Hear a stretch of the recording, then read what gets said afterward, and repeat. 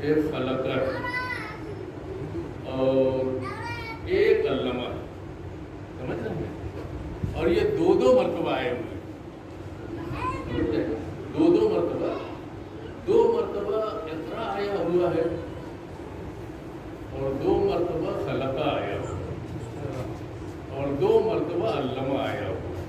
اس کو سب سے آخر میں مجھے حل کرنا ہے، فائنڈ آؤٹ آپ کے کہ اس میں کیا کیا ہے۔ مجھے اس وقت خلقت سے متعلق گفتگو کرنا ہے، لہذا کچھ آیتیں خلقت انسانی سے متعلق سنیے۔ ایک سلوات پڑھیے،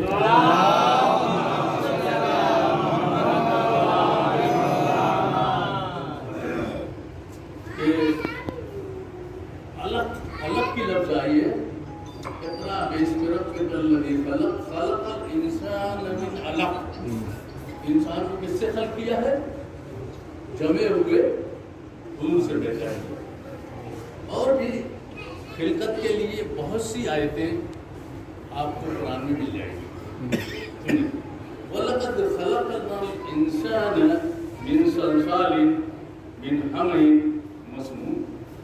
بے شک ہم نے انسان کو خمیر دی ہوئی کیچڑ والی سڑی ہوئی جو سوکھ کر کھن ہونے لگے انسان کو پیدا کیا۔ حضرت انسان کیسے پیدا ہوا؟ انسان کیسے پیدا ہوا ہے؟ کیچڑ والی مٹی۔ ترجمہ یہی ہے کہ آپ جائیے مولانا فرمان صاحب کیا دیکھیے گا، یہ ترجمہ ملے گا، سڑی ہوئی مٹی، یہ ترجمہ انہوں نے لکھا ہے۔ تو تکبر کس پر پڑھ کے چلے گئے کیا؟ جو تو خراب ہے، کبر کس کو اوپر، تکبر کس کو اوپر، کہ تم کو اللہ نے کس انداز سے پیدا کیا ہے، ہماری خلقت کس انداز کی ہے۔ کبر کس کے اوپر، نخوت کس کے اوپر، عقل کس کے اوپر، کس چیز کو اوپر ناز ہے؟ تو یہ تو انسان کی خلقت ہے۔ وَالْجَانُّ خَلَقْنَاهُ مِنْ قَبْلُ مِنْ نَارِ السُّمُومِ، اور ہم ہی نے جنات کو انسان سے پہلے پیدا کیا۔ یعنی انسان سے پہلے جو مخلوق ہے جو عبادت میں بھی شریک ہے، وَمَا خَلَقْتُ الْجِنَّ وَالْإِنسَ إِلَّا لِيَعْبُدُونَ، ہم نے جنات و انسان کو عبادت کے لیے پیدا کیا ہے۔ تو انسان بعد میں ہے، جنات پہلے ہے۔ قرآن یہ کہہ رہا ہے، قرآن کی آیت یہی کہہ رہی ہے کہ انسان کی خلقت بعد میں ہے، جنات کی خلقت پہلے ہے۔ کیسے ہے خلقت؟ وَالْجَانُّ خَلَقْنَاهُ مِنْ قَبْلُ مِنْ نَارِ السُّمُومِ، اور ہم ہی نے جنات کو انسان سے پہلے بے دھوئیں کی تیز آگ سے پیدا کیا ہے۔ اس لیے دھواں نہیں ہوگا تو آگ میں تیزی ہوگی، فریکچر کیے جا کے۔ جب دھواں ہوتا ہے آگ میں تو اس میں تیزی نہیں ہوتی ہے، اس میں شدت نہیں پائی جاتی، لیکن جہاں دھواں ختم ہوا اتنی شدت ہے کہ جو ڈال دیجیے اسی جیسا دکھائی دینے لگے۔